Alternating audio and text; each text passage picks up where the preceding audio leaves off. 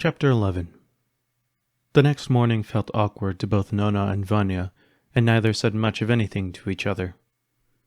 Katyusha sat across from the two and continually looked up, back and forth between the two as they ate. "I think I'm going to head into town for canned goods to stock the bunker. Can I take the wagon?" asked Nonna. "Sure thing," said Vanya, struggling to keep his voice steady. Nonna rose and put her plate in the sink before leaving Vanya and Katyusha alone in the kitchen. "You want to help me install the doors today?" asked Vanya. "What's going on between you two?" asked Katyusha. "What do you mean?" asked Vanya, giving his full attention to Katyusha. "I saw you two last night," replied Katyusha. "You what? I thought you were asleep." "How could I fall asleep when I heard what Nonna was saying? It was like she was practicing a proposal to you. I followed her down and I saw you two kissing." "Are you guys dating behind my back?" asked Katyusha. "No, Are you toying with Nonna's emotions?" demanded Katyusha. "No. It was just a big mistake. I don't even quite know what happened. Nonna came down for our evening chat. She asked me to marry her, and I didn't know how to feel. We kissed. But I didn't start it. I didn't know what to do, so I rejected her." "You did?" asked Katyusha. Vanya nodded. Well, that's okay. I mean, I'm sure somebody else will come along. That's the thing, though. I don't know if I want them to. It isn't that I don't like Nonna. It's just, I don't know if I can be with her. Especially since I'm still technically married to Virni, even though she died. I love my wife, but if she's gone, should I move past her? I never needed to ask myself these questions until now, because I've always had her memory to keep me going. Vanya held the ring Nonna gave him in his hand and turned it over. He slipped it on his finger only to find that it fit perfectly. It wasn't made of precious metal. It seemed to be some sort of steel alloy. It sat next to the ring that Virni had given him when they had married, and he thought about the one that he had upstairs, that was hers, kept in his drawer. Vanya didn't really know how to feel. Hypothetically, if you, say, found another woman who loved you, do you think you would consider giving her a chance? Asked Katyusha, interrupting Vanya's thoughts. "I don't know," replied Vanya. Katyusha said nothing but looked down to her meal. The two finished breakfast and Vanya got to work on securing the doors to the bunker. Was he too harsh on Nonna? No, certainly not. He had his boundaries, but still, he wished that he did not have to go and make her feel sad with his choice. Vanya sighed as he hammered the final bolt into the door hinge. A low rumble traveled through the air, and Vanya looked up again, thinking perhaps it was the tanks again. He took his rifle to the gate and looked out, but saw none. Suddenly, a loud warble filled the air. "Air raid!" gasped Vanya. Vanya ran back into the house to get Katyusha.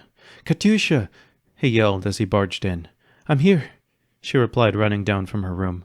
"Come on," said Vanya as he grabbed her by the arm. "We need to get to the bunker." "What about Nonna?" asked Katyusha. Vanya froze for a moment as he felt fear flood his body. We have to go," he finally said to Katyusha, pulling her along. "But what about Nonna? She's not here," argued Katyusha, pulling back on Vanya. "There's nothing we can do for now. I'm sure she'll find a place to hide in town. Now come on. We must stay safe, so that she has somewhere to come after the air raid," said Vanya as he tried his best to reassure Katyusha. The two entered the bunker and Vanya closed the doors to the shelter. It was dark until Katyusha turned on the lights by connecting the battery to it. "Let's get the radio on," said Vanya to Katyusha. Katyusha took a battery and inserted it into the radio, allowing the two to listen in on the communications. "This is Nikolai Konstantin Vasily Dmitri 053, requesting immediate backup and decontamination units for the eastern border, Sector Anna.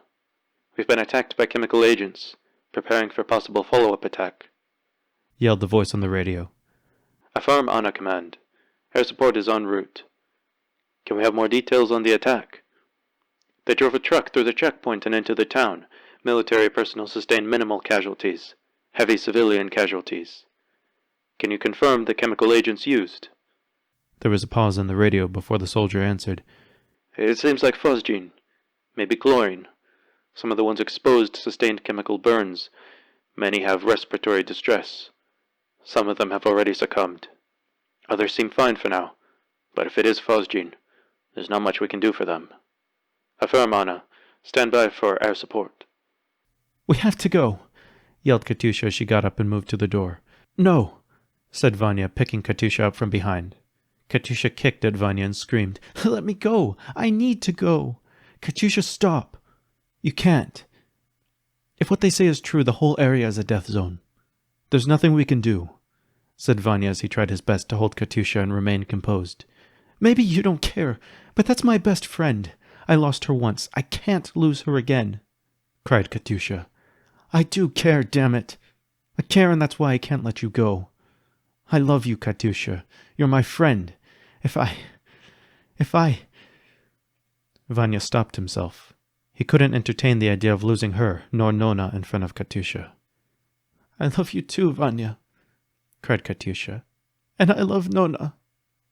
Katyusha's tears became more forceful, and she began to sob into Vanya's arms. Vanya sat on one of the seats Katyusha and Nonna had put inside the bunker and held Katyusha tightly. Why? Why, Vanya? Vanya held Katyusha tightly, so that she could not see his face as he struggled. We don't know that she's gone. We'll look for her later, I promise. We need to stay put for a while, okay? I promise, Katyusha. Vanya could feel his tears welling up, but he tried his best not to cry as he looked down at the ring Nonna had given him. He was still wearing it. He needed to be strong for Katyusha. She needed him in this moment to be strong.